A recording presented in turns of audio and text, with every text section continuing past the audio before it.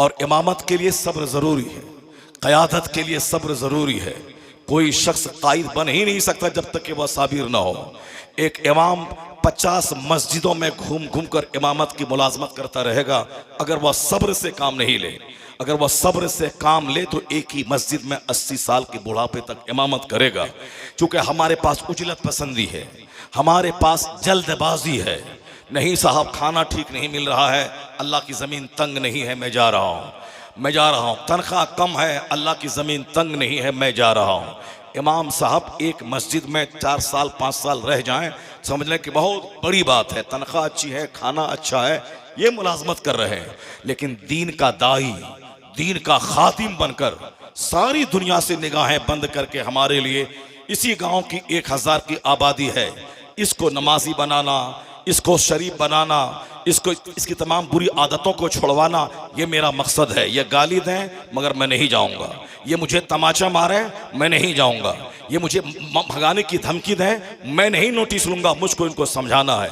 अगर इमाम सब्र करके गाली सुनकर बोला भागो इमाम यहाँ से, बोला नहीं भागूंगा, मार दूंगा, बोला ठीक है मार दो मगर मैं यहीं रहूंगा, जिसने उसे मारने की धमकी दी थी, जिसने उसे खाना बंद करने की धमकी दी थी, अगर वो सब्र के साथ मस्जिद में अगर वह 10 साल रह जाता है, धमकी देने वाला जब नमाजी बन जाता है, मारने वाला जब वो नेक परहेजगार बन जाता है, तो फिर वो क्या कहता है कि तुम मेरे कायद हो, तुम मेरे रहनुमा हो। अगर पहले ही हमले में तुम चले गए होते, मुझे नमाजी कौन बनाता, मुझे दीन कौन सिखाता, मुझे जन्नत का रास्ता कौन दिखलाता। तो अब वह उनका पांव धो के पीने के काबिल बन जाता है। मुक्तदी उसके पांव को धो के पीते हैं कि अगर तुम नहीं आते तो मेरा गांव तबाह बर्बाद हो गया होता, हम जहन्नमी हो गए होते। तो उस इमाम के सब्र ने उसे उस इलाके का कायद बना दिया, उस इलाके का रहनुमा बना दिया। अल्लाह फरमाता है वह जअलना मिनहुम अइम्मतन यहदून बिअम्रिना लम्मा सबरू, हमने उन्हें कौम का इमाम बना दिया जब उन्होंने सब्र किया। जब आदमी गाली सुनता है, जब आदमी तमाचा खाता है, जब आदमी कौम की खातिर मुसीबतें झेलता है, तो वो आम आदमी नहीं रहता, अल्लाह उसे कौम का कायद बना देता है। कायद बनने के लिए सब्र ज़रूरी है, इमाम बनने के लिए सब्र ज़रूरी है। तो हम मामूली सा सब्र करते हैं, लेकिन जिसकी दास्तान मैं सुनाने जा रहा हूँ, आप सुनने जा रहे हैं और लगातार 10-12 दिन से सुनते हुए चले आ रहे हैं, उस अहले बैत अतहार की ज़िंदगी में कौन सी मुसीबत है जो नहीं आई है।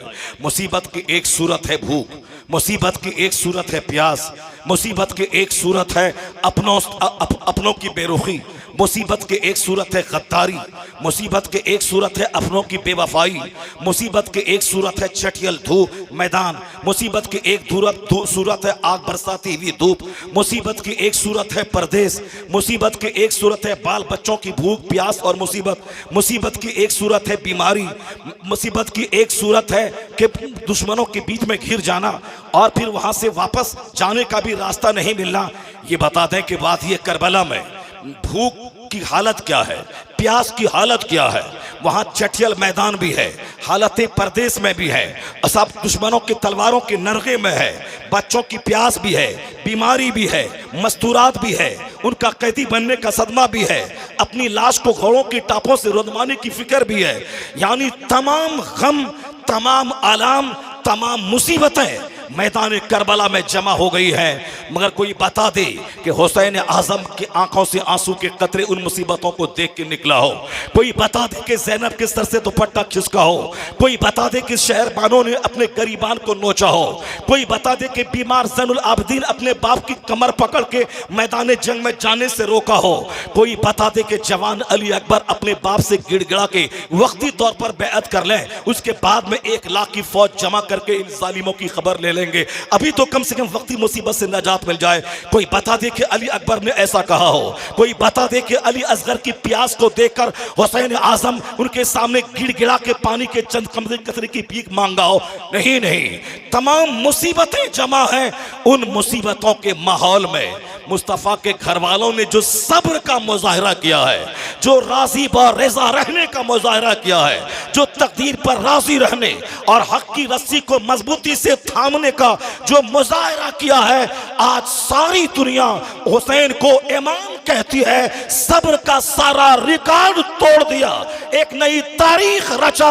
अब इमाम तो 4 साल के लिए नहीं, सब्र की इंतहा कर दी, तो अब क़यामत तक के लिए अल्लाह ने हुसैन को इमाम बना दिया। हुसैन आज़म का खुतबा मेहराब पे है हुसैन, मिंबर पे है हुसैन, खतीबों की जबान पे है हुसैन, मुसलमानों के हाथों में है हुसैन, मुसलमानों के घरों में है हुसैन, यहाँ तक कि अमेरिका की पार्लियामेंट में है हुसैन। हिंदुस्तान में मोदी जी ने अभी 5 दिन पहले कहा कि और न्याय के खिलाफ न्याय की लड़ाई हुसैन ने लड़ी है। लालू जी ने कहा कि मैं आपस में जब घिर जाता हूं तो हुसैन की जिंदगी से मुझको हौसला मिलता है। यानी आज दुनिया के लोग ये समझते हैं कि हुसैन सिर्फ मुसलमानों का है, हुसैन सिर्फ मर्दों और औरतों का है। नहीं, बल्कि आज अमेरिका की आवाज, चाइना जापान की आवाज, जहां जहां भी इंसान बसते हैं सबकी जबान से एक आवाज आती, Hussain is the greatest martyr of mankind. Hussain सिर्फ मुसलमानों की पूंजी नहीं है, हुसैन सिर्फ मुसलमानों की अमानत नहीं है, हुसैन आदमियत की तारीख का शहीद आजम है, जिन्होंने मानवता की आबरू को ऊंचा किया है, आदमियत को जलील होने से बचाया है। कयामत तक के इंसानों का मनोबल हुसैन ने ऊंचा किया है। आज अगर मैं सर उठा के चल रहा हूं तो एहसान मेरे इमाम हुसैन आजम का। हुसैन आजम इंसानी तारीख के शहीद आजम का नाम है, और इतना बड़ा काम करोड़ों में कोई एक करता है, सब नहीं। इतने बड़े काम करने के लिए तैयार किया जाता है, बड़ा से बड़ा काम करने के लिए उसके लिए उसकी तैयारी होती है। हिंदुस्तान में पिछले साल आईएएस के कंपटीशन में बिहार का एक शख्स आईएएस में टॉप किया, यानी पूरे हिंदुस्तान में वही एक वाहिद कंपटीशन है जिसके फेस करने के बाद आदमी डिस्ट्रिक्ट मजिस्ट्रेट बनता है, डीएम बनता है। और उसके डीएम बनने के लिए अभी 3रे साल की बात है कि एक गैर मुस्लिम का बच्चा शुभम कुमार, उसने आईएएस में टॉप किया। एक बिहार के देहात का बच्चा, अब हिंदुस्तान के प्रधानमंत्री का बच्चा नहीं, सीएम का बच्चा नहीं, किसी डीएम का बच्चा नहीं, एक मामूली बैंक के क्लर्क का बच्चा, काश्तकार का बच्चा, वो आईएएस में उन्होंने टॉप किया। ऐसा नहीं है कि किसी ने पैरवी कर दी या गैर मुस्लिम था तो गैर मुस्लिमों को प्यार आ गया तो सारे तो गैर मुस्लिम ही रहते हैं उसमें। बमुश्किल तमाम अगर 1 लाख बच्चे बैठे हैं तो उसमें से बमुश्किल 10-20 हज़ार मुसलमान रहते हैं, बाकी आबादी के हिसाब से तो मेजॉरिटी उनकी रहती है। ऐसा नहीं कि वो गैर मुस्लिम था तो गैर मुस्लिम ने चेहरा देख के उसको टॉपर बना दिया। नहीं, उस लड़के ने 18 घंटे स्टडी की, 15 घंटे मेहनत की। उन्होंने अपने रात की नींद को नींद नहीं समझा, नींद कुर्बान कर दी, खाना कम कर दिया उन्होंने और दूसरी जरूरियात कम कर दी। खूब मेहनतें होती हैं। मैट्रिकुलेशन में 99%, इंटरमीडिएट में 99%, ग्रेजुएशन में 99%। उसके बाद जब वो कंपटीशन की तैयारी करता है तब आईएएस निकालने में कामयाब होता है। मेहनत इस दुनिया का एक राज है। वो तरक्की नहीं देखती है कि ये मेहनत करने वाला काफिर है, मुशरिक है, यहूदी है, नसरानी है, कलमा पढ़ने वाला है। कलमा पढ़ने वाले को जन्नत मिलेगी मरने के बाद, लेकिन यहाँ अगर कलमा पढ़ने वाला घर में बैठ कर रहे तो उसके मुंह में नवाला नहीं जाएगा, वो आईएएस ऑफिसर नहीं बनेगा, वो डीएम नहीं बनेगा, वो ऑफिसर नहीं बनेगा। इसलिए ये कह देना कि साहब यहाँ नौकरी नहीं मिलती है कलमा पढ़ने वालों को, यह बुज़दिली है। ये अपने काम चोर के अपने ऐप पर पर्दा डालने की एक सूरत है। ये दौर है मुकाबले का, ये दौर है कंपटीशन का। वरना क्या वजह है कि अभी पिछले साल 30 से ज्यादा मुसलमानों के बच्चे आईएएस कंपटीशन निकालने में कामयाब हो गए। अभी इस दौर में जो कौन सा दौर है हिंदुस्तान में, अगर 3 आदमी का नाम मैं लूं तो आप आसानी से समझ सकते हैं कि वो कौन है। तीनों आसानी से आप जान सकते हैं। इस दौर में मुसलमानों का 30 से ज्यादा बच्चों का आईएएस निकाल लेना, इसका मतलब है कि वहाँ चेहरा नहीं देखा जाता है, वहाँ मेहनत देखी जाती है, वहाँ मुकाबला देखा जाता है। यह दुनिया संघर्ष की जगह है, यह दुनिया मेहनत की जगह है, यह दुनिया दारुल अमल है। यहाँ जो लड़ने की सलाहियत पैदा करेगा और लड़ेगा उसी के हाथ में जाम होगा। तो मुसलमान सिर्फ ये कह करके छुटकारा नहीं पा सकते कि दूसरों का मुल्क है। फैसल ने कश्मीर का आईएएस में टॉप किया था, इसी मुल्क में आमिर सुबहानी बिहार का आईएएस में टॉप किया था 1990 की दहाई में, वो इसी मुल्क का है। इसी मुल्क में ऐसा नहीं कि हमारी अंग्रेजी अच्छी है तो मैथ कमज़ोर, मैथ अच्छी है तो जीके कमज़ोर, जीके सही है तो जीएस कमज़ोर, जीएस सही है तो करंट अफेयर्स कमज़ोर। यानी हम कहीं ना कहीं कमज़ोर रहते हैं, मेहनत में कमी रहती है, इसलिए हम मुकाबले में नहीं जीत पाते हैं। ये मुकाबले का दौर है। बड़ा काम करने के लिए बड़ा जिगर चाहिए, बड़ा काम करने के लिए बड़ा हौसला चाहिए, बड़ा काम करने के लिए बड़ों की उसके पीछे मेहनत चाहिए। जितने लोग महान बनते हैं उन महानों को सजाने में, संवारने में बड़े महान का हाथ होता है, रोल होता है। बस अगर आपने आप समझ गए मेरी तमहीद को, मैं कहना चाहता हूं आज हुसैन का चर्चा करोड़ों ज़बान पर है। उन्होंने हक बोलने का जो मसाज लोगों को दिया है, आज अगर मैं हिंदुस्तान में हक बोल रहा हूं, अगरचे मैं कमजोर हूं, उसके पास ईडी है, उसके पास आर्मी है, उसके पास सारी सत्ता सारी ताकत है, वह मुझे जेल में डाल सकता है, लेकिन उसके बावजूद अगर मैं हक बोलता हूं तो यह हौसला किसने अता किया है? अगर आज का कोई आदमी जालिमो जाबिर हाकिम के सामने हक बोलता है तो मुंह उसका है, मगर हौसला इमाम हुसैन का अता किया हुआ है। क़यामत तक जहां भी, जिस जमीन पे भी, जहां भी हौसला मिलता है हक बोलने का, दुश्मनों के नरगे में घिर करके भी हक बोलने का, गर्दन की परवाह किए बगैर हक बोलने का अगर रुझान कहीं मिलता है तो मुंह उनका है, जबान उसकी है। हौसला हुसैन आजम का अता किया हुआ है। इतने बड़े मानवता के मोहसिन, इंसानियत के मोहसिन, इतने बड़े रिफॉर्मर, इतने बड़े इस्लाम के दाई, इतने बड़े मुबल्लिग, इतने बड़े इहक़ाक़ हक़, इब्ताल बातिल करने वाले को तैयार किसने किया है? इतना बड़ा योद्धा किसने दिया है? इतना बड़ा बहादुर किसने दिया है? धन्य है वह माँ जो ऐसा वीर पैदा किया है, धन्य है वह बाप जिसने ऐसा बहादुर दुनिया को दिया है। और सबसे ज्यादा जो इस दुनिया का महान नतम इंसान है, यानी जिसके कद का कोई दूसरा इंसान न पहले पैदा हुआ न क़यामत तक पैदा होगा, ये चंद जलील और सड़े हुए लोग आज एंकर बन के टीवी पे बैठ के डिबेट करके मुस्तफ़ा की शान में गुस्ताखी करना, ऐब ढूंढना, डिमेरिट खोजना, हुजूर की जिंदगी के किसी चैप्टर को लेकर के अंगुश्त नुमाई करना, इन सड़ो हुओं को क्या हक पहुंचता है? जो दुनिया का सबसे नफीस तरीन इंसान है, जिसके बारे में जिब्राइल अमीन ने स्टेटमेंट दिया था कि कल्लब तो मशारिक़ल अर्द व मगारिबहा तो जबलहा व सहलहा। सरकार, मैंने जमीन के ईस्ट और वेस्ट को उलट पुलट के देख लिया, मैंने दुनिया को खंगाल के देख लिया, आपसे बेहतर मैंने किसी को नहीं पाया। इसी जिब्राइल के थाउट को आला हजरत फाज़िल बरेलवी ने अपने शेर का जामा पहनाते हुए कहा, यही बोले सिदरा वाले चमने चाह के थाले, सभी मैंने छान डाले पर तेरे पाए का न पाया, तुझे यक ने यक बनाया, तुझे हमद है खुदाया। यानी वो मुस्तफ़ा जिसके हुस्नो जमाल का जवाब नहीं, जिनके एक्टिविटीज का जवाब नहीं, जिनकी हदीस का जवाब नहीं, तो फिर वह मुस्तफ़ा जान रहमत का सारा काम हिकमतों से भरा हुआ है। ऐसा हसीन और जमील के पैदा होते ही चेहरे के नूर को देखकर माँ मुल्क शाम के महल को देख लें। जनाब हलीमा जब उसे अपने कबीले में लेकर जाएं तो जब तक मोहम्मद इब्न अब्दुल्ला अलैहिस्सलाम जब तक उनके कबीले में रहे, चिराग जलाने की नौबत उसको नहीं आई। उनका कहना है कि जब से मैंने इस मुबारक को मसूद बच्चे को मैं लाई हूँ, उस दिन से मेरा घर रात भर रोशन और मुनव्वर रहता है। बचपन में जिसका नूर था, 25 साल की चढ़ती जवानी में वह नूर बढ़कर किस कदर शबाब पे आ गया होगा। जनाब अबू हुरैरा कहते हैं हुजूर का चेहरा ऐसा था, कान्ना शम्सा तजरीफी वजही, गोया सूरज था जो नबी के चेहरे पे तैर रहा था।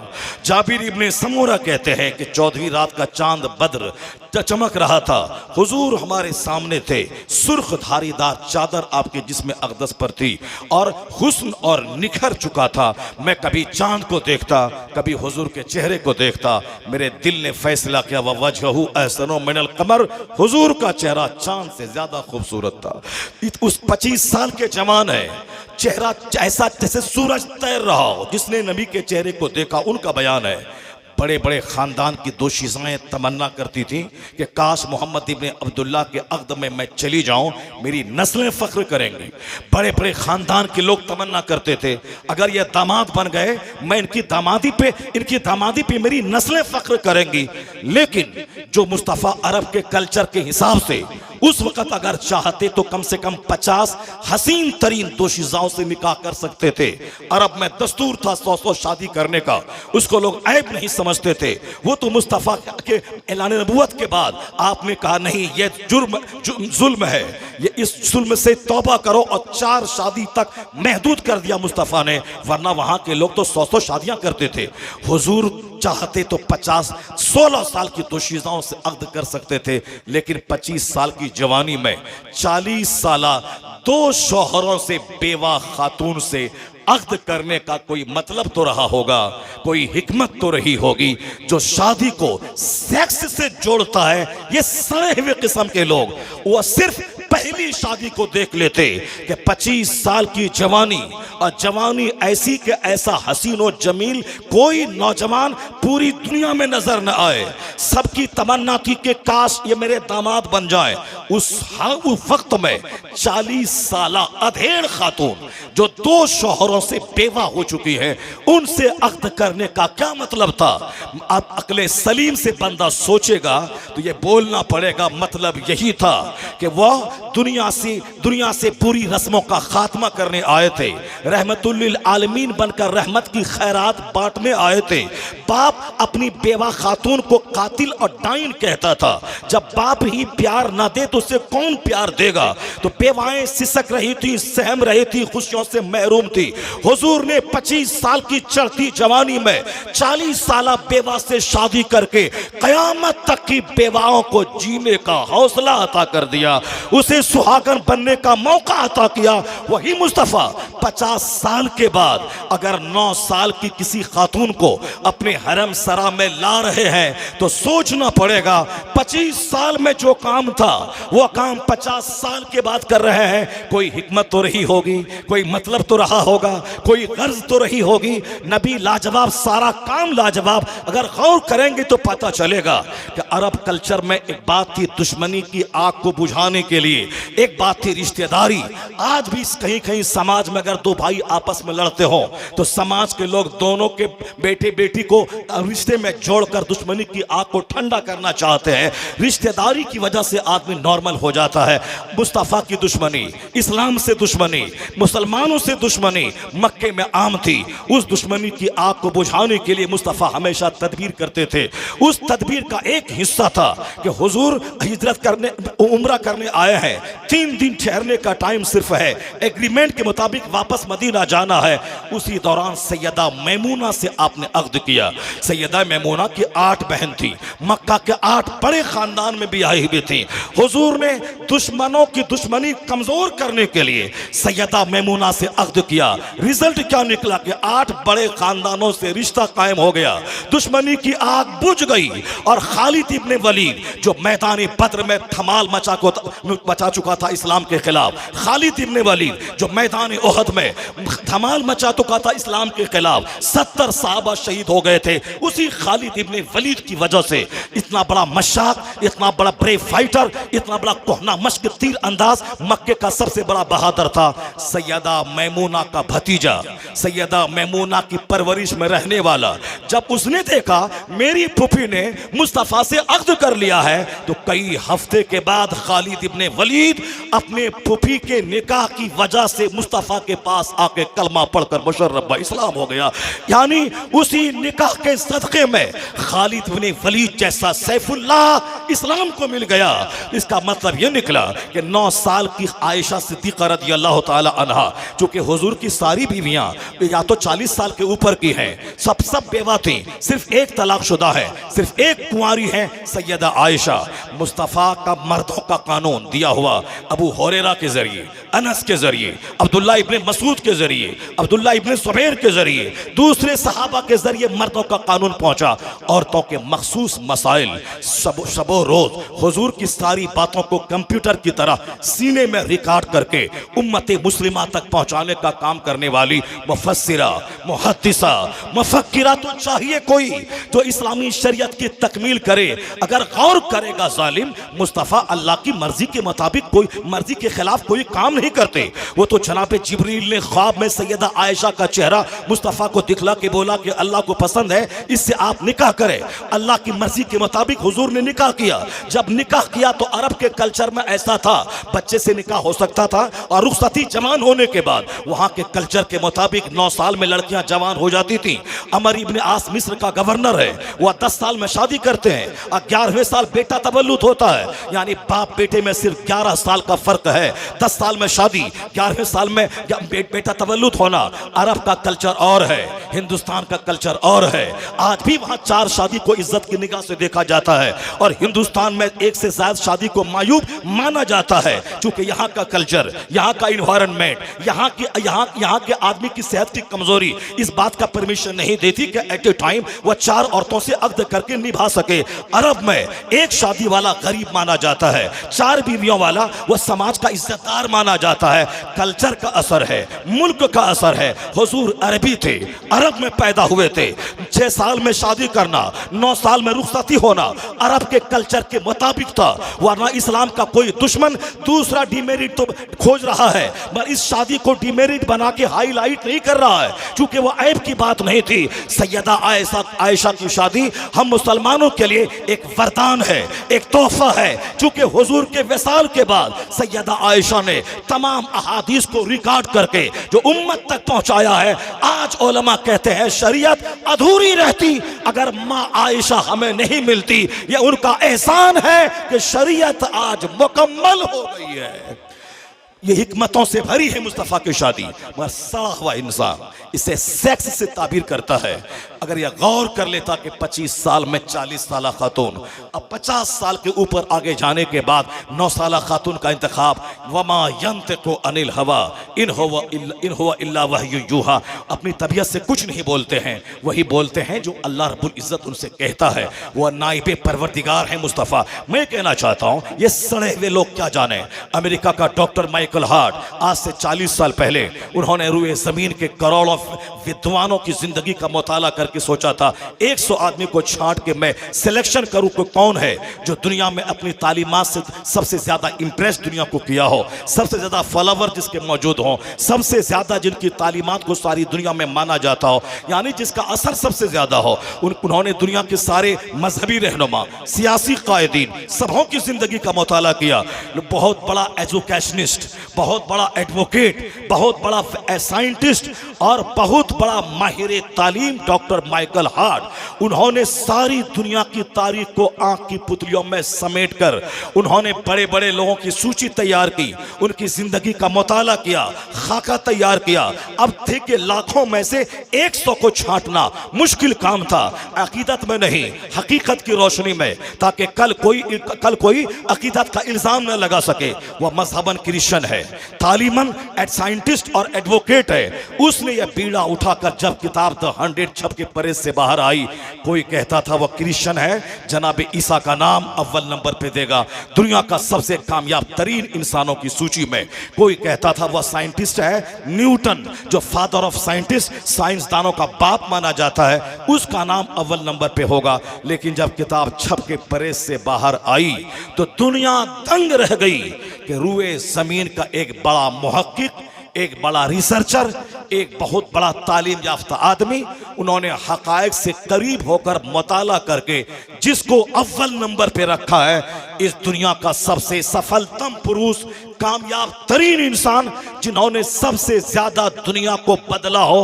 दुनिया का कल्चर, दुनिया की तहजीब, दुनिया का सिविलाइजेशन, लोगों के जीने का अंदाज, और सबसे ज्यादा जिनका फॉलोवर और जिन्होंने एक अच्छी गवर्नमेंट दुनिया को दी, जिन्होंने एक अच्छा मजहब दुनिया को दिया। कोई मजहब की दुनिया में तो है रहनुमा, पॉलिटिकल कोई रोल नहीं है, जैसे गौतम बुद्ध है, महावीर हैं, मजहब तो लोगों को दिया, मगर कोई पॉलिटिकली एक छोटे से गवर्नमेंट की स्थापना नहीं की। जनाब ईसा अलैहिस्सलाम, मूसा अलैहिस्सलाम अल्लाह के पैगंबर हैं, रसूल हैं, उलुल अज़्म रसूल में से हैं, मजहबी तबलीग तो फरमाई, लेकिन एक इस्लामिक गवर्नमेंट कायम करना, जुडिशरी, एडमिनिस्ट्रेशन, ये मौका वहां नहीं मिला। लेकिन एक ऐसा शख्स जो मजहब भी दिया हो, एक अच्छी गवर्नमेंट भी दिया हो, सिवाय मोहम्मद अरबी के कोई दूसरा नहीं। तो डॉक्टर माइकल हार्ट कहते हैं, he was the only man in history who was supremely successful on both levels, religious and secular। तारीख़ आदमियत का एकलौता इंसान है मुस्तफ़ा जो मजहब और सियासत दोनों सतह पर सबसे ज्यादा कामयाब तरीन शख्स बन के उभरा है।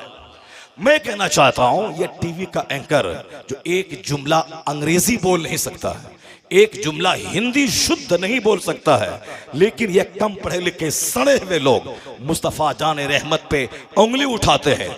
और दुनिया का सबसे बड़ा मुहक्किक डॉक्टर माइकल हार्ट, वो कहता है, if you are not satisfied with my research, अगर तुम मेरी तहकीक से मुतमईन नहीं हो तो मुझे दलील दे दो कि मैं मोहम्मद से बड़ा किसको मैं लिखूं। अगर तुम दलील दे देगा तो मैं अपना फैसला बदल दूंगा, और तुम अगर माकूल दलील देगा तो मैं उसको अव्वल नंबर पे रखूंगा। आज 40 साल हो गए, दुनिया का कोई दानिश्वर माकूल दलील नहीं दे पाया। वह दलील देगा भी कैसे? वरफ़अना लका ज़िक्रक का ताज जिस मुस्तफ़ा के सर पे अल्लाह ने बांध दिया है, कयामत आ जाएगी, मुस्तफ़ा से बड़ा किसी को साबित नहीं कर पाएगा। इसलिए बरेली का इमाम कहता है, सारे ऊंचों में ऊंचा समझिए जिसे, है उस ऊंचे से ऊंचा हमारा नबी। सारे अच्छों में अच्छा समझिए जिसे, है उस अच्छे से अच्छा हमारा नबी। यानी सबसे आला व औला हमारा नबी, सबसे पाला व वाला हमारा नबी।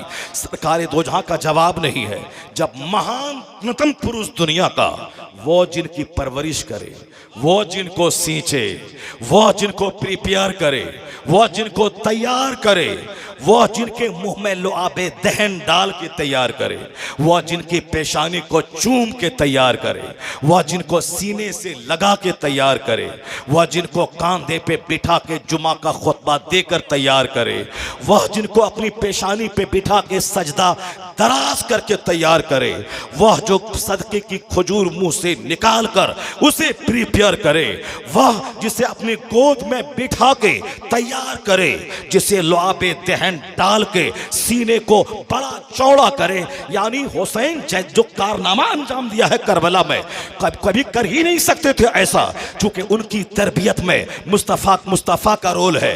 पैगंबर आसम ने तैयार किया है, लुआबे दहन डाला है, हसन और हुसैन नाम रखा है, पेशानी को चूमा है, कान में अजान भी दी है, इकामत भी कही है, उसे गोद में खिलाया है, सजदा दराज किया है, उसे बाजू में रखा है, उनके रोने को अपने बेचैनी से ताबीर किया है। यानी उनको अपनी गोद में रखकर अपने बेटे की जिंदगी को उन पर कुर्बान किया है। नहीं सुनी आपने, एक तरफ हुसैन बैठे हैं, एक तरफ आपका साहबजादा बैठा है, जिब्राइल अमीन आ गए, कहा सरकार आप दोनों से प्यार कर रहे हैं, ये आपका शहजादा है, ये आपका नवासा है, दोनों को अल्लाह एक साथ रहने नहीं देगा, एक को अपने पास बुला लेगा। अब आप बताएं किसको अल्लाह रब्बुल इज्जत अपने पास बुलाए? सरकार दो जहां फरमाते हैं, अगर हुसैन चले गए तो दर्द मुझे भी होगा, फातिमा को भी होगा, अली को भी होगा।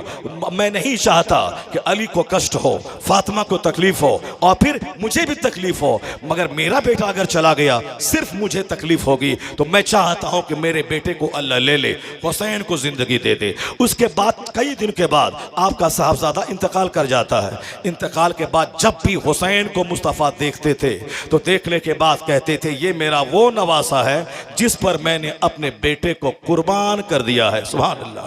यानी मैं सिर्फ ये बता रहा हूं कि सरकार दो जहां ने कितना जबरदस्त प्यार हुसैन आजम को दिया है। और इस्लामी कानून है जब बच्चा 1 साल से लेकर 10 साल का हो तो इस बीच में खूब जबरदस्त प्यार बच्चों को देना चाहिए।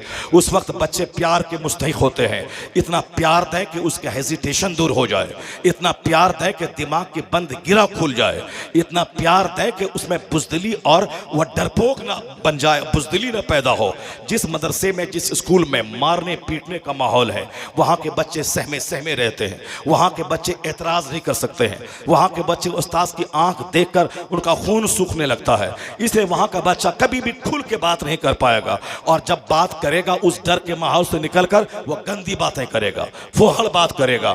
उस्ताद के तलफ़्फ़ुज़ का असर बच्चों पे होता है, माँ बाप की ज़बान का असर बच्चों पे होता है। जिनके माँ बाप खुश ज़बान हैं उनके बच्चे भी खुश ज़बान होते हैं। जो असातिज़ा सलीक़े और कायदे से बात करते हैं उनसे पढ़ने वाले बच्चे भी सलीक़ामंद हो जाते हैं। और जो असातिज़ा या जिनके वालिदैन फुहड़ होते हैं, बदज़बान होते हैं, बदअखलाक होते हैं, गसीला होते हैं और बात बात में गुस्सा आता है, उनका बच्चा उनसे ज़्यादा गुस्सा करने वाला हो जाता है, उनका बच्चा उनसे ज़्यादा गुस्सा करता है। इस्लाम कहता है जब बच्चा 7 साल की उम्र तक हो उसको खूब प्यार दो, यह तेरे लिए बादशाह है, बादशाह की तरह इज्जत दो। और जब ये बच्चा 10-7 साल से की उम्र का हो जाए उसे नमाज का आदेश दे। जब 10 साल का हो उसे मार के नमाजी बना दे और जब नमाजी बन जाए उनका बिस्तर अलग कर दे। आज लोग कहते हैं नमाज पर खिताब कीजिए, मैं कहता हूँ नमाज पे खिताब की कोई ज़रूरत नहीं है। सिर्फ हुजूर के एक हदीस पे मुसलमान अमल कर ले। हुजूर ने कहा था मुरु औलादकुम वहुम अबनाओ सबए सनीन, तेरे बच्चे की उम्र जब 7 साल हो उसे नमाज का हुक्म दे। वद्रिबूहुम अलैहा वहुम अबनाओ अश्र सनीन, जब तेरे बच्चे की उम्र 10 साल हो उसे मार के नमाजी बना दे, यानी मार मार के नमाजी बना। और अगर हुजूर की इस हदीस पर सारे माँ बाप अमल करें तो 11 साल का कोई बच्चा नहीं बचेगा दुनिया में जो नमाजी ना हो, कोई बच्ची नहीं बचेगी जो बेनमाजी हो। क्योंकि माँ बाप अपना फर्ज नहीं समझते, वह सारा ठिकरा उस्ताद पे फोड़ना चाहते हैं, खतीब पे। यही खिताबत करेंगे तो इनकलाब आएगा। अपनी जिम्मेदारी कुछ नहीं है। हर माँ बाप पर लाजिम है जमीन दे न दे, मकान दे न दे, बच्चे की तरबियत कायदे से करके अच्छा इंसान बना दे।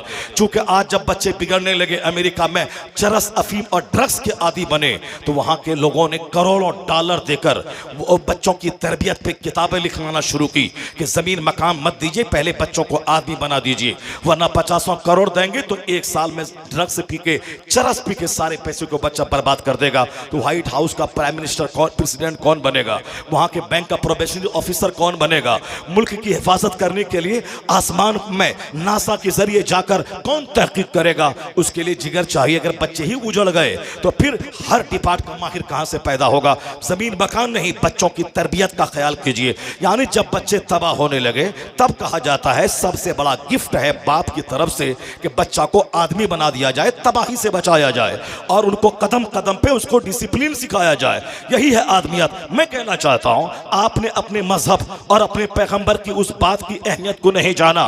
सारी दुनिया बच्चों की तबाही का तमाशा देखकर आज इस रुख पे आई है कि जमीन जगह से ज्यादा बड़ा गिफ्ट है डिसिप्लिन, अदब, तालीम, तहजीब सिखाना।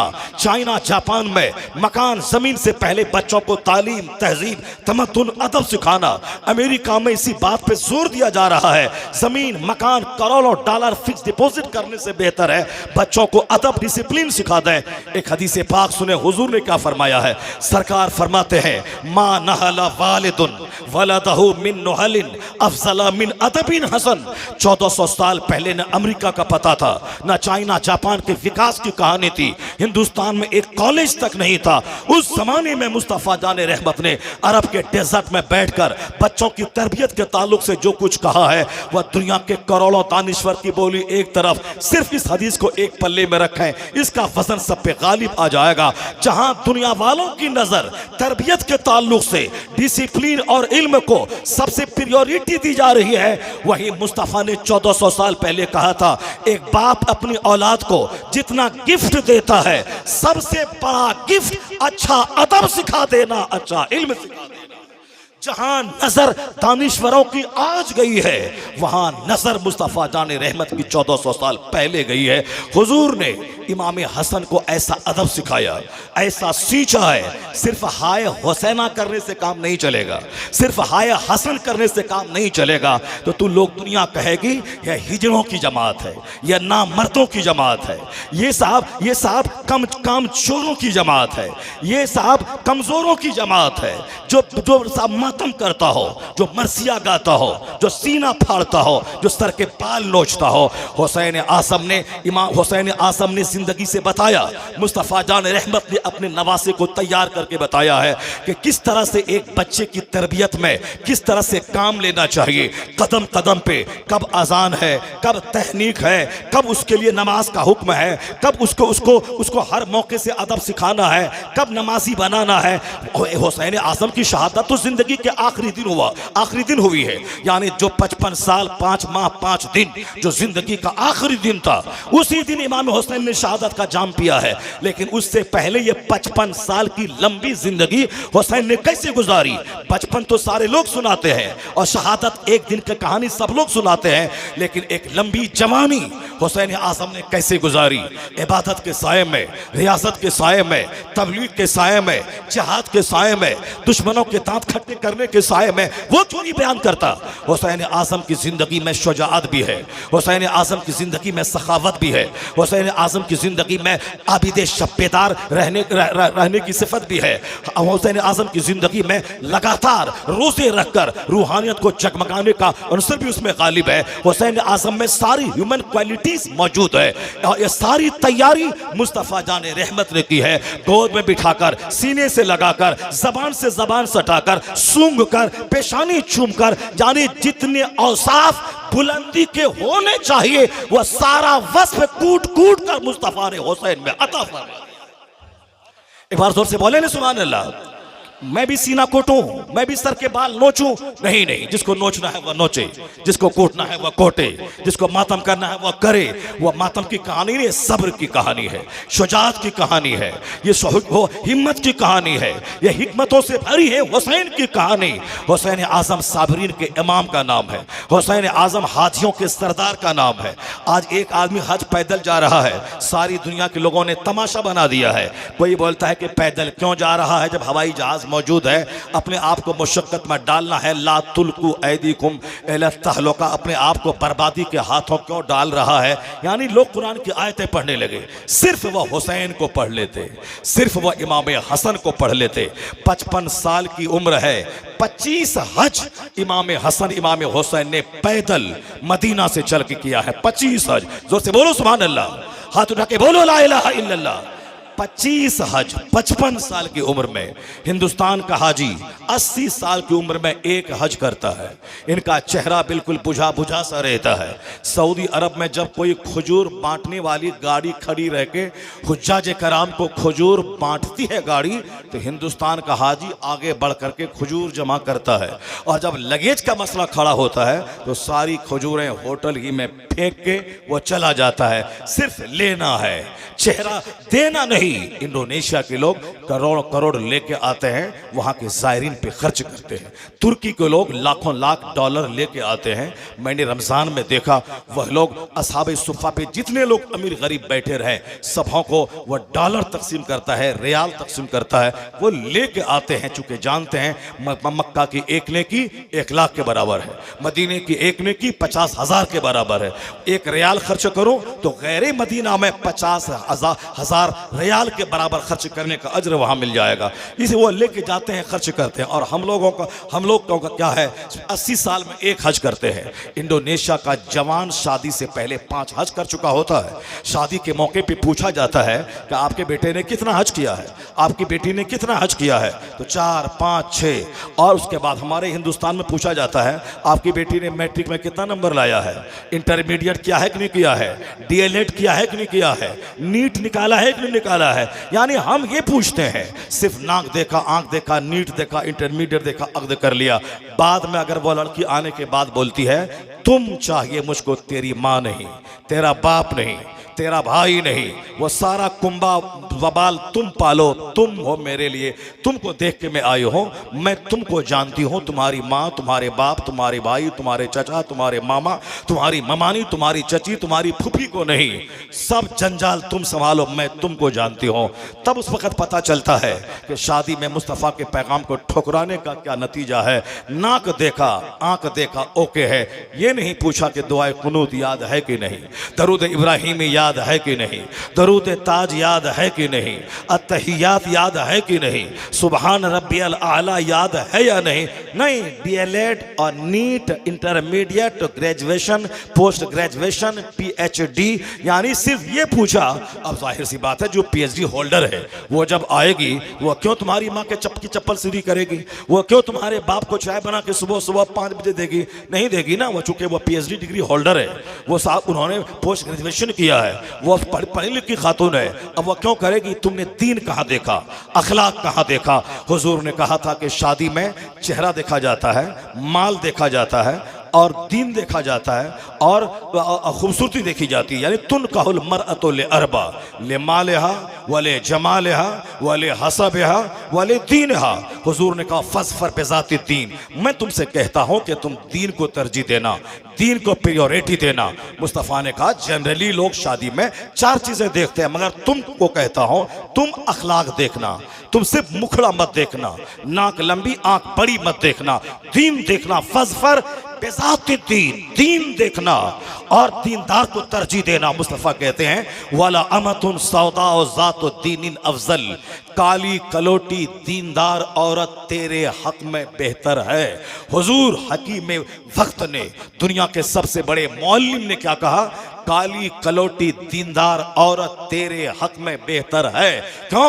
इसलिए कि शादी सेक्स का मसला नहीं है कि एक दिन शादी करके लाया और जब तक सेक्स की तकमील हुई उसके बाद फिर चाहे कुछ भी हो सिर्फ मजा लेने का जरिया है। नहीं नहीं, अगर मेरा बाप शादी नहीं करता मैं कहां से पैदा होता, अगर मेरे दादा शादी न करते मेरा बाप कहां से आता, अगर महबूब इलाही के वालिद शादी न करते वो कहां से पैदा होते, सैयद मूसा जंगी दोस्त शादी न करते तो अब्दुल कादिर जिलानी कहां से आते, मौला अली फातिमा ज़हरा शादी न करते हसन और हुसैन कहां से आते। क्या मतलब है कि शादी ख्वाहिशात की तकमील का एक जरिया है, लेकिन सबसे बड़ा माध्यम है तवालुद व तनासुल का, इंसानी सिलसिले को जारी रखने का, ताकि दुनिया में इंसान रहे।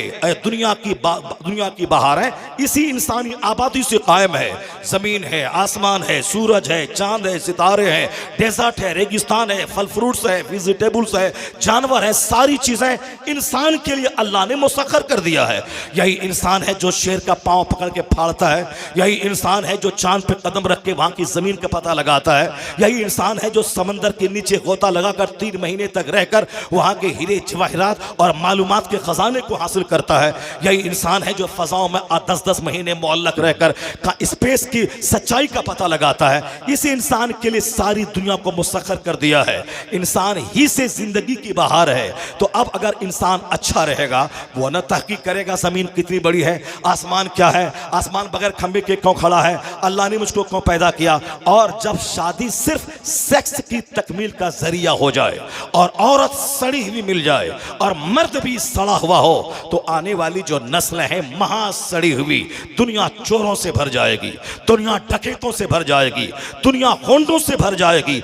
हमने शादी में सिर्फ नाक देखा, आंख देखा, हुजूर की तालीम को ताक पे रखा। मेरा बेटा गुंडा, मेरा बेटा डकैत, मेरा बेटा माँ बाप का नाफरमान, मेरा बेटा मेरी छाती पर बैठकर ब्लैंक चेक पे साइन करवाने वाला। चूंकि हमने ही उनकी गुट्ठी में पिलाया है, क्या पिलाया है, फला डॉक्टर बना 5 करोड़ की बिल्डिंग बना ली, फला इंजीनियर बना बंबई में 5 किता मकान खरीद लिया, फला आदमी नेतागिरी की, उन्होंने दिल्ली, बंबई, कलकत्ता, बेंगलोर में जमीन मकान खरीद लिया, उन्होंने बंबई जाके पढ़ा लिखा इंजीनियर बना, उन्होंने बेंगलोर में शानदार फ्लैट खरीद लिया। तो हमने बच्चों के दिमाग में ये बताने की कोशिश की कि पढ़ने का मकसद मकान खरीदना, पढ़ने का मकसद बंबई में कारोबार कर लेना, पढ़ने का मकसद जितना पैसा हो पैसा कमाना ताकि इज्जत मिलेगी। तो अब वो बच्चा अपने बाप की छाती पे चढ़ के बोलता है फला बाप अपने बेटे को 10 करोड़ छोड़ के मरा, तुम कितना छोड़ के मर रहा है, फला बाप अपने बेटे को 25 लाख की कार छोड़ के मरा, तुम कौन सी कार मेरे लिए छोड़ के मर रहा है। इसका 100% जिम्मेदार वो बाप है जिसने अपने बेटे की घुट्टी में माल माल की मोहब्बत पिलाया है और दीन की मोहब्बत नहीं पिलाया। वह बाप बोला मौलाना से दूर रहना, मौलाना के चक्कर में मत पड़ना, चक्कर में रहेगा तो जवानी में दाढ़ी रखवा देगा, मौलाना के चक्कर में पड़ेगा तो जवानी ही में पंजाबी पायजामा पहना के बूढ़ा बना देगा, मौलाना के चक्कर में पड़ा तो पांचों टाइम नमाज के लिए मस्जिद में दौड़ाएगा, कोई बड़ा काम नहीं कर पाएगा। हमने कहा मौलाना को सलाम कर लेना सिर्फ, बस उसके आगे उनके पास बैठना नहीं, वरना हदीस बता देगा और जवानी में बूढ़ा कर देगा। तो अब वो बच्चा उसका बाप से कहता है फलां बाप ने अपने बेटे को 50 करोड़ रुपए छोड़ के मरा, 5 बेटों पे इतना इतना पैसा बटा, तुम कितना छोड़ के मर रहा है। अब बोलता तुम जालिम है, तुझको अल्लाह माफ नहीं करेगा। उनकी कब्र पे जाके उनका बेटा बोलता इस बेईमान बाप को अल्लाह माफ नहीं करेगा जो हमारे बड़े भाई को अच्छी जमीन दे दी और मुझको बैक की जमीन दे दी। तो जमीन भी 2 करोड़ों की और जालिम भी कहलाओ और उसके तमाचा भी खाओ और उसकी आंख का भी सामना करो, मरने के बाद कब्र पे जाके लाठी मार के जालिम भी उसकी जबान से कहलाओ। ये 100% कसूर हमारा है कि मैंने अपने बच्चों को आलिमों से दूर रखा, हदीस और कुरान से दूर रखा। अगर हम बच्चों को बताते कि आलिम के पास जाओ, दीन सीखो, आलिम से बोलता माँ बाप का चेहरा दिन में 100 बार देखेगा तो हज मबरूर का अजर मिल जाएगा, माँ की पेशानी को बोसा देगा तो जन्नत की चौखट के चूमने का लुत्फ आ जाएगा। जन्नत माँ के पाँव के नीचे है, बाप जन्नत का दरवाजा है। तो वह बेटा चाहे बाप उसको कुछ न दे मगर जन्नत के शौक में बाप की पेशानी को चूमता है, बाप के पाँव को बोसा देता है। अगरचे बाप उसको कुछ न दे, उनके मरने के बाद बाप की कब्र पे जाके कहता है मालिक मेरे बाप को बख्श दे, इसने जमीन मकान तो नहीं दिया है अलबत्ता ईमान और तकवा की दौलत अता कर गया है। तो बेटा बाप की कब्र पे जाके रात में सन्नाटे में आंसू बहाता है। अगर बेटा को अगर नेक बनाया गया, आलिमों की सोहबत में रखा गया तो ओल्ड एज होम की जरूरत नहीं पेश आएगी। बेटा बाप को अपनी निगाहों के सामने रखेगा और कहेगा कि आप जिंदा रहे ताकि रोजाना मुझको 100 हज मबरूर का अज्र मिलता रहे। अगर बेटे को दीन से करीब किया तो समाज दीनदारों से भर जाएगा, समाज नमाजी से भर जाएगा, समाज अच्छों से भर जाएगा। अगर आपने आलिमों से नफरत दिलाई, समाज डकैतों से भर जाएगा, समाज चोरों से भर जाएगा, समाज गुटखाखोरों से भर जाएगा। इसलिए कि कानून से हट के कुछ नहीं होता है, एक नेचुरल सिस्टम है। जैसी जमीन वैसी फसल, जैसा दरख्त वैसा फल। आम के पेड़ में 50 लाख तावीज बांध दें, वहां से सेब नहीं निकलेगा। आम के पेड़ से आम निकलता है, सेब के पेड़ से सेब निकलता है। मैं चाहे 1001 करोड़ तावीज गेहूं के खेत में डाल दूं, गेहूं का बीज डालने के बाद यहां से बासमती चावल पैदा हो, नहीं होगा, ऐसा कहीं नहीं होता है। अल्लाह चाहे तो हो जाएगा, मगर अल्लाह का कानून है। दुनिया सारा एक नियमानुसार चल रहा है, एक सिस्टम से चल रहा है। सब्बे हिस्म रब्बिकल आला अल्लज़ी खलक़ फसव्वा वल्लज़ी क़द्दर फहदा वल्लज़ी अख़रजल मरअ फजअलहु गुसाअन अहवा। यानी पाकी बयान करो उस रब्बे आला की जिसने हर चीज़ों को पैदा करके एक अंदाजे पे रखा है, आंख बंद करके नहीं, मजनू बन के नहीं, जो होगा सो देखा जाएगा, नहीं नहीं। अक्ल दी है अल्लाह ने, सोचने की सलाहियत दी है, एक सिस्टम के हिसाब से सारा काम चल रहा है। अल्लाह चाहे तो 1 महीने में बच्चा पैदा हो जाए, लेकिन नहीं, एक सिस्टम होता है। 4 महीने तक, पहले उसमें 40 दिन तक खून है, उसके बाद लोथड़ा है, अगले 40 दिन तक ढांचा है, फिर अगले 40 दिन के बाद रूह डाली जाती है, फिर 6 महीने तक मैच्योर होने के लिए माँ के शिकम में रखा जाता है ताकि दुनिया में आने के बाद यहाँ की गर्म गर्म क्लाइमेट को सहने की क्षमता उसके इस स्किन और चमड़े को हो जाए। तब 6 महीने के बाद 9 महीने के बीच में बच्चा माँ के पेट से इस दुनिया में तवल्लुद होता है। एक नेचुरल सिस्टम है।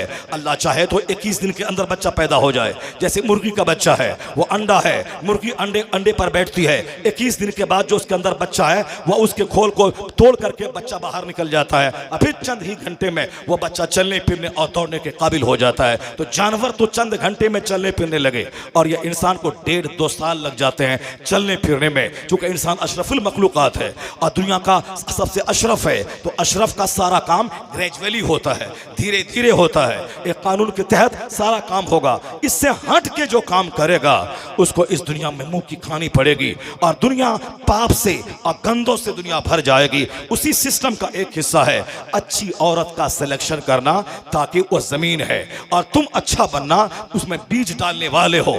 जब बीज अच्छा होगा, जमीन अच्छी होगी, तब वहां से शानदार फसल पैदा होगी। कश्मीर की जमीन सेब के लिए खास है, वहां बासमती धान नहीं होता है। बिहार की जमीन धान के लिए खास है, वहां अखरोट पैदा नहीं होता है।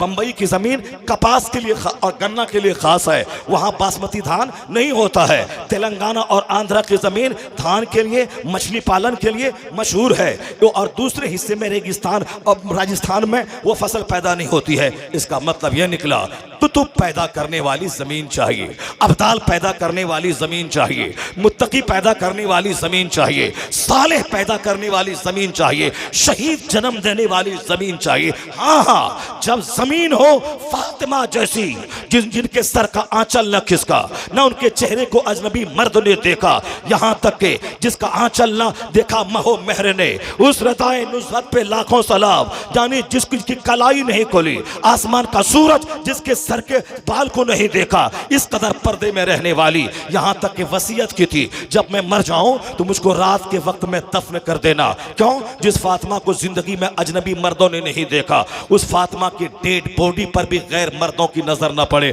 मुझ जैसा मौलवी आज उसकी मां मर जाती है तो 10 मस्जिदों में माइक्रोफोन से ऐलान होता है, फला इमाम साहब की मां मर गई है, कल दिन के 2 बजे जोहर की नमाज के बाद जनाजा होगा, कसीर तादाद में शिरकत कीजिए। यानी मेरी मां मरे तो 50 मस्जिदों से ऐलान हो, दुनिया की सारी माओं की सैयदा, सारी माओं की सरदार, सारी माओं की मलका, जन्नती खातून की सरदार, सैयदतो निसाए अहले जन्ना व फातिमा ज़हरा है। उनके जनाजे में तो 1 लाख सहाबा जो मौजूद थे वह सब के सब आ जाते ताकि जनाजे से बरकत हासिल करें, मगर फातिमा ज़हरा की सोच देखिए, उनकी सोच थी मौला अली को वसीयत की थी, जब मैं मर जाऊं मुझको रात में आप दफन कर देंगे। रात में दफन करने की हिकमत क्या थी? हिकमत यही थी कि जिस फातिमा को जिंदगी में अजनबी मर्दों ने नहीं देखा, उनकी लाश पर भी अजनबी मर्दों की नजर न पड़े।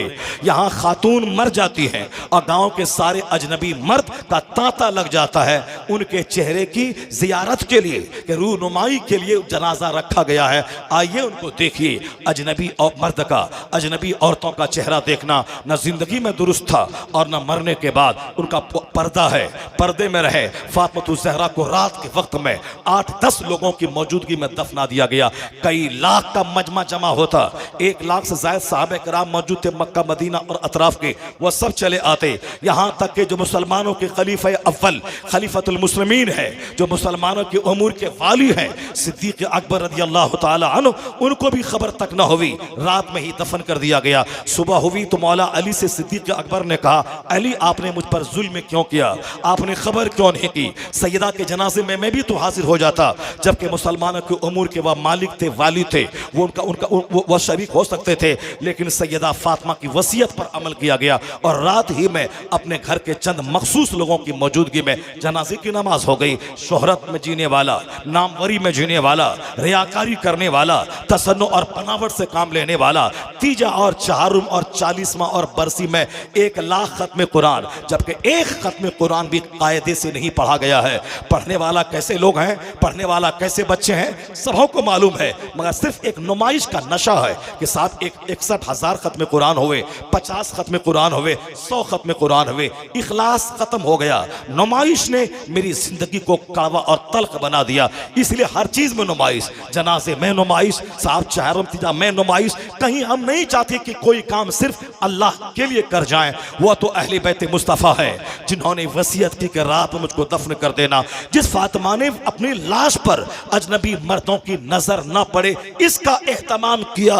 जब माँ इसी लाजवाब हो, दिन में अपने बच्चों की तरबियत करने वाली, कपड़े साफ करने वाली, चक्की पीसने वाली, रोटी खुद से बनाने वाली, यहाँ मेरे पास अगर कुछ पैसे आ जाएं तो कपड़ा धोने वाली नौकरानी अलग, पोछा लगाने वाली अलग, झाड़ू देने वाली अलग, खाना बनाने वाली अलग। और हम क्या करेंगे? हमारी माँ क्या करेगी? सिर्फ खाएगी और सोएगी। और जो किचन नहीं जाएगी, जो पोछा नहीं लगाएगी, जो कपड़े नहीं धोएगी, तो उसको एक दिन में 5 बार डॉक्टर के पास जाना पड़ेगा, क्योंकि सोते सोते कोलेस्ट्रॉल बढ़ गया है, तनफ्फुस की बीमारी हो गई है, सांस नहीं ले पाता है, दाना नहीं पच रहा है, भूख नहीं लग रही है, 105 kg वजन हो गया है, अब blood pressure pressure, VP high, blood pressure है, और साफ शुगर है, हार्ट की बीमारी है, गेठिया जोड़ जोड़ का दर्द है, लीवर डैमेज हो गया है, यानी सारा जिस्म बीमारी का घर बन जाएगा। सैयदा फातिमा की पैरवी में जन्नत तो हाथ में रहेगी ही, साथ में सेहत भी रहेगी, तंदुरुस्ती रहेगी, सच्ची खुशी रहेगी। और सेहत का फार्मूला है एक्टिव रहना, सेहत का फार्मूला है स्ट्रगल करना, सेहत का फार्मूला है जद्दोजहद करना। सेहत का राज है जो जितना ज्यादा भाग दौड़ करेगा उतनी ही ज्यादा सेहत अच्छी रहेगी। जो बाजार जाए सब्जी लाने, जो खेत जाए काम करने, नहीं खेत का काम है सब्जी लाने का काम है, अब नमाज 5 वक्त पढ़े और एक्स्ट्रा 50 रकत नमाज नफल पढ़े ताकि पसीने में सारा बदन शराबोर हो जाए। 1 लाख की शुगर की गोली एक तरफ, 50 रकत नमाज नफल पढ़ के पसीना बहाना एक तरफ। रामदेव की बातों पे आज गैर मुस्लिमों की औरतें अमल कर रही हैं। वो सुबह के 4 बजे उठकर वो टहलती है ताकि वो हेल्दी रहे। उनका जवान दौड़ता है 5 किलोमीटर ताकि हेल्दी रहे, जल्दी सो जाता है ताकि हेल्दी रहे। Early to bed early to rise makes a man healthy wealthy and wise. हमारा जवान है, आलिमों का अदब नहीं, जलसे का अदब नहीं, मोबाइल चला चला के रात के 2 बजे सोना है और दिन के 10-11 बजे उठना है। और जब सेहत में आग लगती है तो तावीज के लिए आमिलों के पास जाके दौड़ना है। और आमिल जो अली बा तक ठीक से ना पढ़ सके, 50 लाख की कार पे चल रहे हैं, क्योंकि जैसी कमाई जैसा मौकिल वैसा आमिल रहता है। बुखारी पढ़ाने वाले के पास कोई जाता नहीं, इमाम साहब को कोई नजराना जुमा के दिन देता नहीं, तो जैसे मौकिल वो आमिल डराता है तेरे घर में कुछ करके डाल दिया है, देखो तुम्हारा दम 10 कदम चलता है तुम फूलने लगता है, तेरा बेटा मर जाएगा, तेरी बेटी मर जाएगी, और चारों आदमी 1 साल के अंदर अंदर मर जाओगे, सारा घर उजड़ जाएगा, तेरी इस जमीन पे दूसरे का कब्जा हो जाएगा। इतना बड़ा काला जादू करके गाड़ दिया गया है। कहा हजरत कैसे होगा? कहां होगा, किसका समाधान दुनिया में नहीं है, होगा 50,000 रुपए खर्च पड़ेंगे, मैं उस काला जादू को अपने अमल से निकाल के फेंक दूंगा, तू बचेगा, तेरा बेटा बचेगा, तेरी बीवी बचेगी, तेरी बेटी बचेगी, घर बचेगा।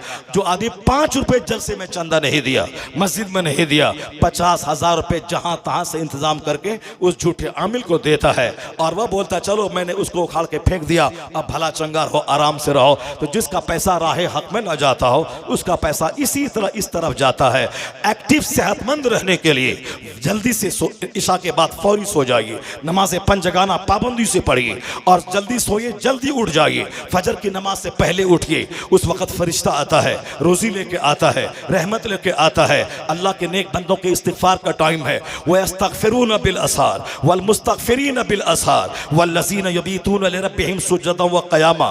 मौलवी साहब बोलता जल्दी तकरीर खत्म कर, 10 बजे रात बनाई गई है सोने के लिए, मगर वह सिर्फ एक ही बात पढ़ता है, वल्लैला लिबासा, रात को लिबास बनाया, और ये नहीं पढ़ता है कि वो तजाफा जुनूबहुम अनिल मदाजिअ यदऊन रब्बहुम खौफन व तमआ, यानी अल्लाह के सिलेक्टेड बंदे हैं जिनकी करवटें रात को बिस्तर से अलग हो जाती हैं। वो अल्लाह के जिक्र के लिए और रोने धोने के लिए और खर्च करने के लिए तैयार हो जाता है। जो रात भर सजदे और क़याम में गुजारता है, वल्लज़ीना यबीतून लिरब्बिहिम सुजदन व क़यामा, इसका मतलब ये निकला एक जनरल आदमी के लिए कानून है, वह जल्दी खाएं, सो जाएं, सुबह फजर पढ़ लें। मगर अल्लाह के मखसूस बंदे के लिए है कि वह रात रात भर एक सजदे में गुजार दें, रात रात भर खुदा की रहमतों के तलबगार रहें, रात के आखिरी पहर में इस्तिगफार करें, नेकी का पुतला फिर भी रोएं धोएं। अल्लाह को पसंद है मर्द मोमिन की आंख का आंसू का कतरा, और यही काम अहले बैत अतहार के बच्चे में कूट कूट के भरा था। रात का आखिरी पहर में उठना,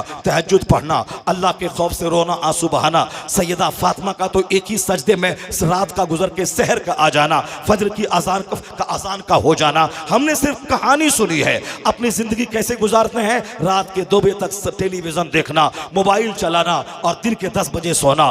कुत्ते रात भर हुल्लड़बाजी करते हैं और सहरी के टाइम में राख और ढेर पे सो जाते हैं, बीच रास्ते में सो जाते हैं। बुजुर्गों ने कहा है रात भर हुल्लड़बाजी करना, जागना और हुल्लड़बाजी करना कुत्तों का काम है, और फरिश्तों की आमद की घड़ी में सो जाना ये कुत्तों का काम है, और मुर्ग का काम है रात भर खामोश रहना। और सहरी के टाइम में जब फरिश्ते उतरते हैं आसमान से जमीन पर, उसको देखकर मुर्ग पांग देने लगता है। मुर्ग का पांग देना ये अल्लाह की तस्बीह है। तो तुम्हारा काम मुर्ग से मिल जाए, तुम्हारा काम फरिश्तों के साथ मिल जाए। अगर ये चाहते हो तो रात में जल्दी से सो जाओ और सहरी के टाइम में उठ जाओ, ताकि तेरा काम फरिश्तों से मेल खाए। अगर तुमने ऐसा नहीं किया तो किससे मेल खाता है वो अच्छी तरह समझ सकते हो। और आज समाज कैसे लोगों से भर कर गया है। न माँ को ख्याल है, न बाप को ख्याल है अपने बच्चों की मुस्तकबिल का। और ये बोलता नहीं चलो बड़ा होने के बाद ठीक हो जाएगा, अपने से सीख लेगा, बड़ा होने के बाद संभल जाएगा, वह सब भले बुरे की पहचान कर लेगा। ऐसा नहीं होता है। माँ बाप को तरबियत के लिए इतना जोर क्यों दिया गया? सरकार दो जहां ने इतनी अहादीस बच्चों की तरबियत के लिए क्यों बयान फरमाई? और हुजूर ने प्रैक्टिकल में अपने बच्चों के लिए ऐसा कुछ क्यों किया? चूंकि मालूम है कि कोई चीज ऐसा नहीं होता है कि हम सिस्टम के खिलाफ काम करें और रिजल्ट इस सिस्टम के मुताबिक हो जाए, नहीं होता है। बरसात के जमाने में घर में बैठे रहें और अगहन के मौसम में बिल्कुल धान का ढेर मेरे घर में हो जाए, नहीं होता है। मैं घर में बैठ के रहूं और शाम के टाइम में 10,000 मेरे घर में आ जाए, नहीं होता है। मैं घर में बैठ कर रहूं और अजमेर चला जाऊं, गरीब नवाज की चादर पकड़ के मैं 40 दिन का चिल्ला करूं या सोच करके मैं डीएम बन जाऊं, नहीं होता है। डीएम बनने के लिए ग्रेजुएशन के बाद 15-15 घंटे पढ़ना पड़ेगा, मेहनत करनी पड़ेगी और फिर दुआ करनी पड़ेगी। पहले मेहनत, फिर अल्लाह की तकदीर पर भरोसा, अल्लाह से दुआ। इधर से मेहनत जाएगी, उधर से खुदा की रहमत आएगी, और जहां दोनों मिल जाए वही बंदा कामयाबी से हमकिनार हो जाएगा। ऐसा नहीं होता सिर्फ उस्ताद का कपड़ा धोएं, उस्ताद का पांव दबाएं, उस्ताद के सर में तेल लगाएं, उस्ताद के खैनी लटाएं, उस्ताद का पान लगा के दें, उस्ताद का गुटका फाड़ के दें और सारा सबक याद हो जाए, नहीं होता है। बल्कि 2 घंटे सबक याद करना है और 5 मिनट का टाइम निकाल के उस्ताद की खिदमत भी करनी है। उधर से मेहनत, इधर से खिदमत, या दोनों मिलके जाएगी तब बच्चा मुफस्सिर बनता है, तब मुहद्दिस बनता है, तब खतीब बनता है, तब अच्छा व बासलाहियत इमाम बनता है। ऐसा नहीं सिर्फ लुंगी धोने से बहुत बड़ा मुहद्दिस बन जाता है।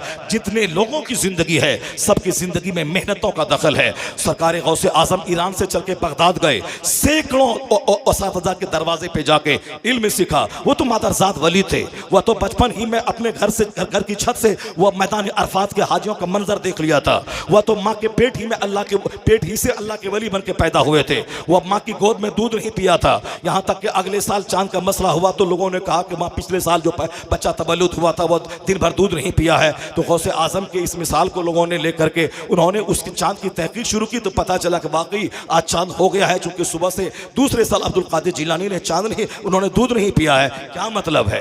वो तो मादरजात वाली थे, लेकिन रात भर चिराग जला के आंख को जलाना, किताबों को पढ़ना, असातिज़ा की दहलीज पे जाके सो जाना, उनके बाहर निकलने का इंतजार करना, फिर उनसे सबक पढ़ना, एक लंबी उम्र तक दरसियाती किताबों पे महारत हासिल करना, फिर अगले 25 साल तक दरियाओं सहराओं में जाके वहां गिरी पड़ी सब्जी भूख लगी खा लिया, फिर खुदा की मार्फत का नूर हासिल किया। इसका मतलब है महान बनने के लिए जो नेचुरल सिस्टम है दुनिया का, उसका फॉलो करना पड़ेगा। मालदार बनने के लिए मेहनत करनी पड़ेगी, और साहब दीनदार बनने के लिए मेहनत करनी पड़ेगी, जन्नत जाने के लिए मेहनत करनी पड़ेगी। मैंने एक लंबी तमहीद बयान की सिर्फ इसीलिए कि नेचुरल सिस्टम है।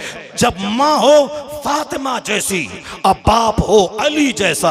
वह मौला अली यहूदी के कुएं से पानी खींचते थे, उनके खेत में सिंचाई करके उससे 2 सिक्के जो मिलते उससे अपने बाल बच्चों को पालते थे। फातह खैबर अली, मुश्किल कुशा अली, फातह खैबर अली, खंदक के बादशाह अली, जिन्होंने मैदान बद्र में, मैदान ओहद में, खैबर व खंदक में, ग़ज़वे हुनैन में, तमाम ग़ज़वात में इंपॉर्टेंट रोल अदा किया है। ऐसी बहादुरी कि आला हजरत की जबान में पहरे तस्लीम अली मैदान में सर झुके रहते हैं तलवारों के, यानी मौला अली जिस मैदान जंग में जाते दुश्मनों की तलवारों का सर मौला अली को सलाम करने के लिए झुका रहता था। वो फातेह खैबर अली। दिन में जिहाद है, रात भर सजदे में रात गुजार देना है और हलाल रोजी की तलाश के लिए इस तरह इसके हलाल ढूंढना है। यहाँ मस्जिदों के माल को लूट के खाने वाला वो क्या जाने मौला अली कौन है, मदरसे का नाजायज माल खाने वाला वो क्या जाने मौला अली कौन है, वह बुज़दिलों नामर्दों की तरह करने वाला उसे क्या खबर के मौला अली किसका नाम है। सिर्फ नाम ले ले करके सर कूटने से काम नहीं चलेगा। मौला अली फातेह खैबर है, मौला अली दामाद मुस्तफ़ा है, मौला अली मुश्किल कुशा है। लेकिन उन्होंने क्या कहा, जाओ मैंने तुझको तलाक दिया, जाओ मैंने तुझको तलाक दिया। किसी ने पूछा हुजूर किसको तलाक दिया, कहा दुनिया दुनिया सज धज के आई थी, मैंने दुनिया को तलाक दे दिया। दुनिया बोली मुझे कबूल कर लीजिए, अच्छा खाइए, अच्छा पहनिए, अच्छा से रहिए। मौला अली ने कहा नहीं नहीं, मैंने तुझको तलाक दे दिया, मैंने तुझको तलाक दे दिया। मौला अली ने दुनिया को तलाक दे दिया। मोटे छोटे पे रजामंद हो गए, रूखे सूखे पे रजामंद हो गए, और पूरा और फिर सादगी पे रजामंद हो गए।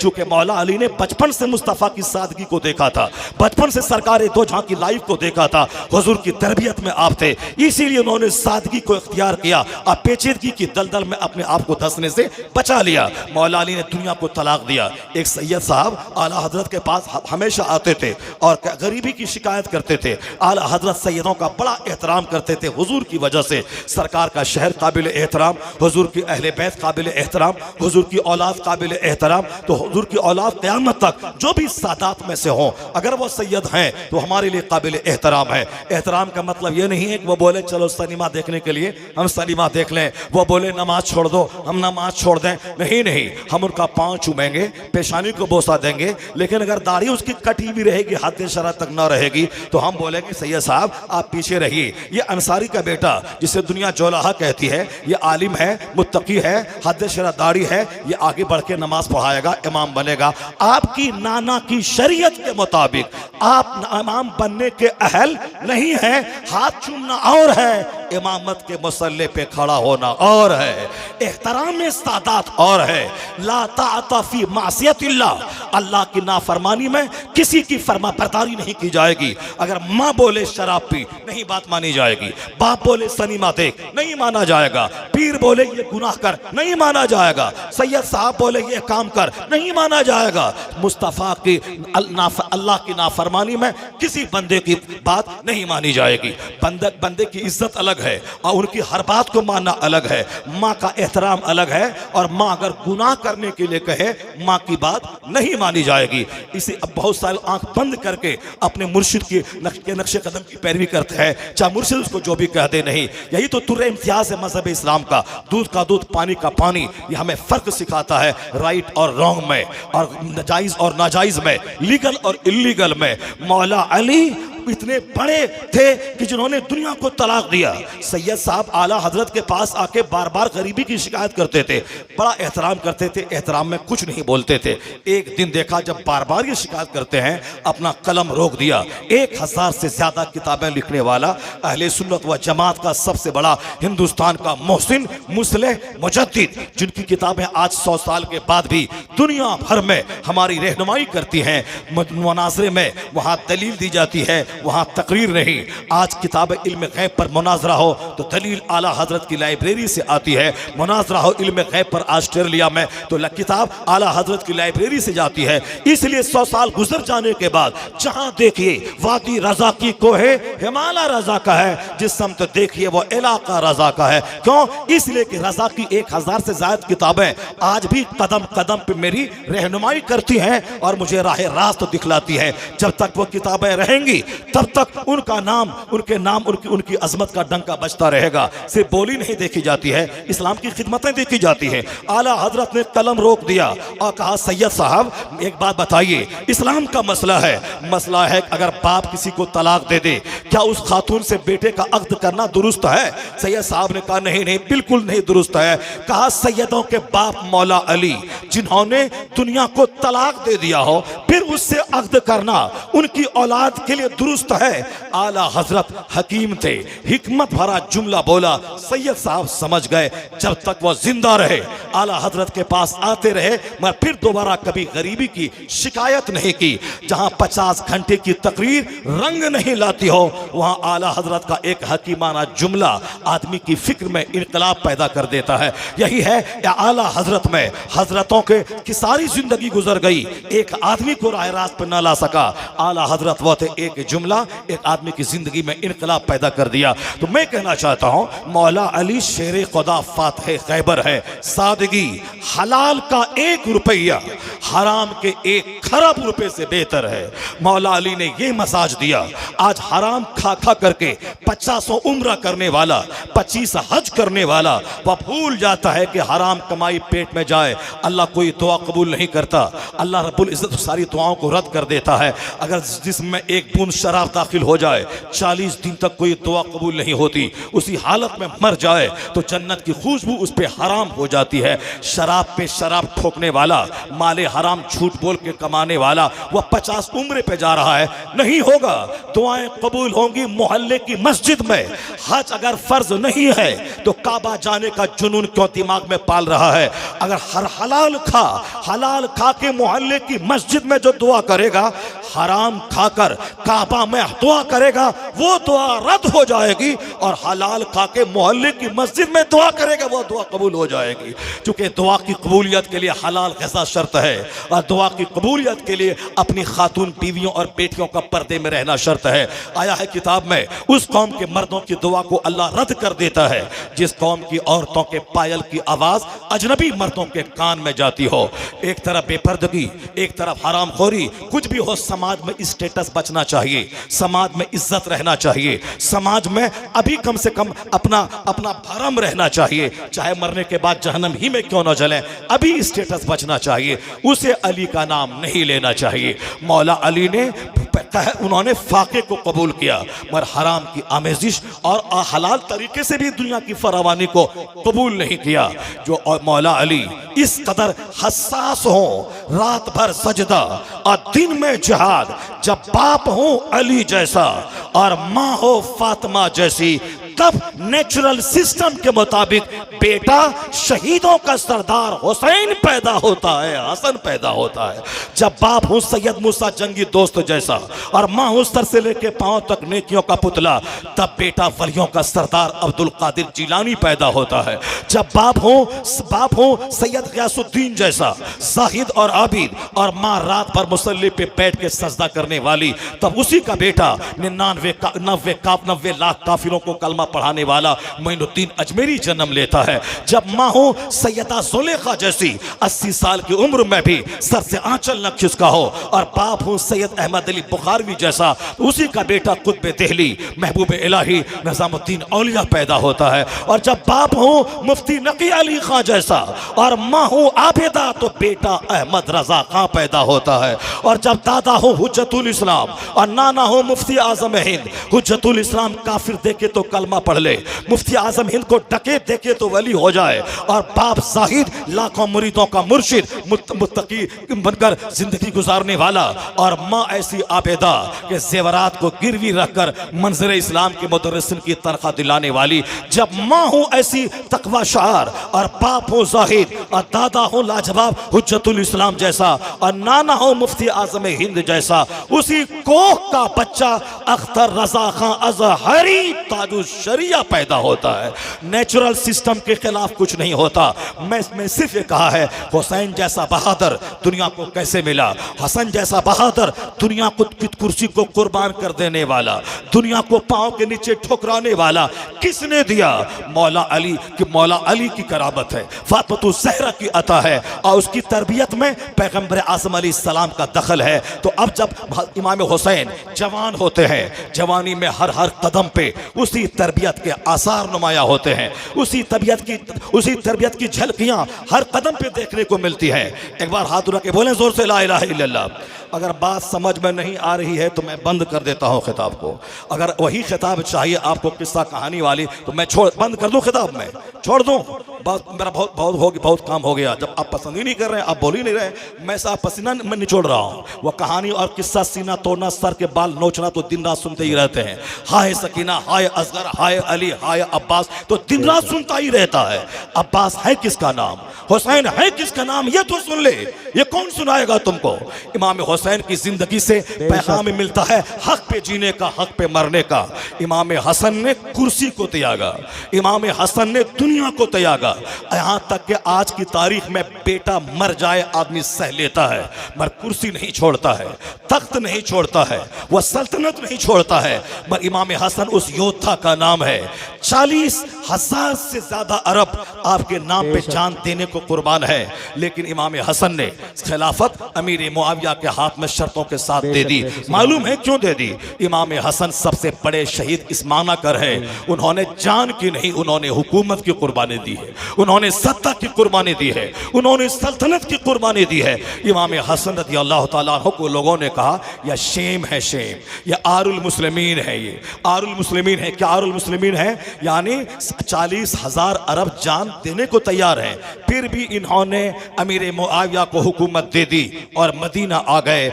इन्होंने ये जान बचा के आ गए। ये आरुल मुस्लिमीन है, ये आरुल मुस्लिमीन है। जरा गौर से सुनिएगा, शेम शेम शेम, आरुल मुस्लिमीन है ये।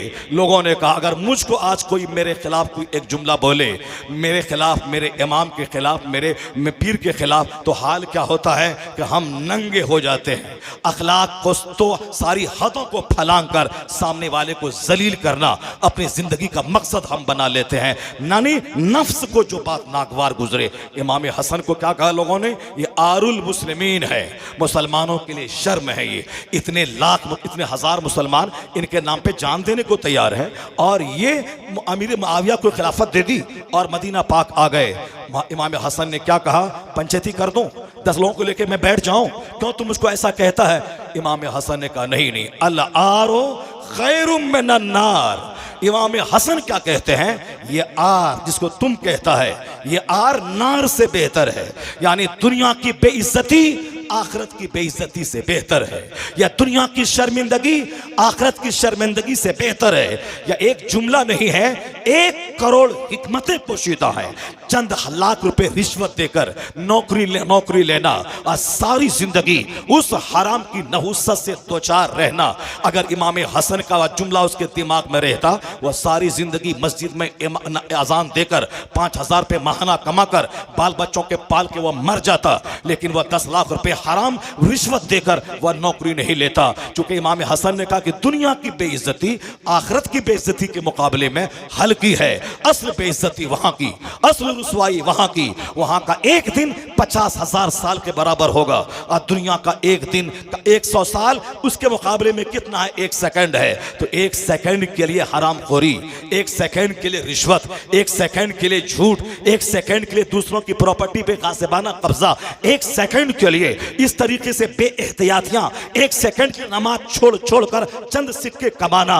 वो अपने आप को हुसैन का नाम ना ले, उसकी इस नापाक जबान से पाक हुसैन का लफ्ज नहीं निकलना चाहिए। इमाम हसन भूखा रहे, अपनी दौलत को जिंदगी में 3 बार, सारी प्रॉपर्टी उन्होंने एक सुई तक घर में नहीं रखा, वह सब खैरात कर दिया। जिंदगी में कई बार आधी जायदाद, यानी आधा अपने लिए आधा रब की राह में, और 3 या 2 बार सारी प्रॉपर्टी सुई तक नहीं रखा, सब राह खुदा में खैरात कर दिया। यह सोचना नहीं कि कल मेरा बच्चा क्या खाएगा, परसों मेरा बच्चा क्या खाएगा। इमाम हुसैन ने प्रैक्टिकल में बताया कि अल्लाह पर विश्वास करने वाला वो खसारे में नहीं रहता है। अल्लाह का वादा है 1 खर्च कर मैं तुझे 10 दूंगा। तो हमको तो लगता है कि खर्च करेंगे, देगा कि नहीं देगा, होगा कि नहीं होगा, ये बेएतमादी हमारे सीने में है। मगर वह हुसैन थे, वह इमाम हसन थे, अल्लाह की जात पर मजबूत यकीन था, सारा माल राह खुदा में खैरात कर दिया। क्या वो भूखे रह गए? क्या उनके बच्चे भूखे रहे? नहीं नहीं, उन्होंने रब की राह में खर्च किया था, रब ने पहले से ज्यादा उनको नवाजा।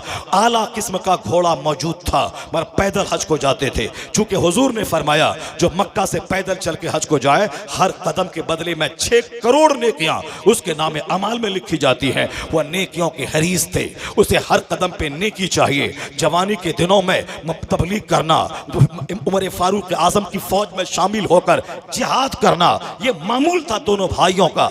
आका अलैहिस्सलाम के विसाल के वक्त में इन दोनों भाइयों की उम्र थी 7 साल या 8 साल, मगर सिद्दीक अकबर 2 साल रहे, उसके बाद फारूक आजम 10 साल रहे। फारूक आजम के जमाने में हजरत इमाम हुसैन फारूक आजम की फौज में शामिल होकर जंग कादसिया में शामिल हुए। इमाम हसन फारूक आजम की फौज में शामिल होकर दूसरी जंगों में शामिल हुए। इमाम हुसैन ने कभी ये नहीं कहा कि फारूक आजम मेरा गासिब है, सिद्दीक अकबर गासिब है। नहीं नहीं, मौला अली सिद्दीक अकबर को हिमायत दी। मौला अली ने उस्मान फारूक आजम की फौज में शामिल रहकर उनका शाना बशाना, उनको मशवरा देकर उनकी खिलाफत को तस्लीम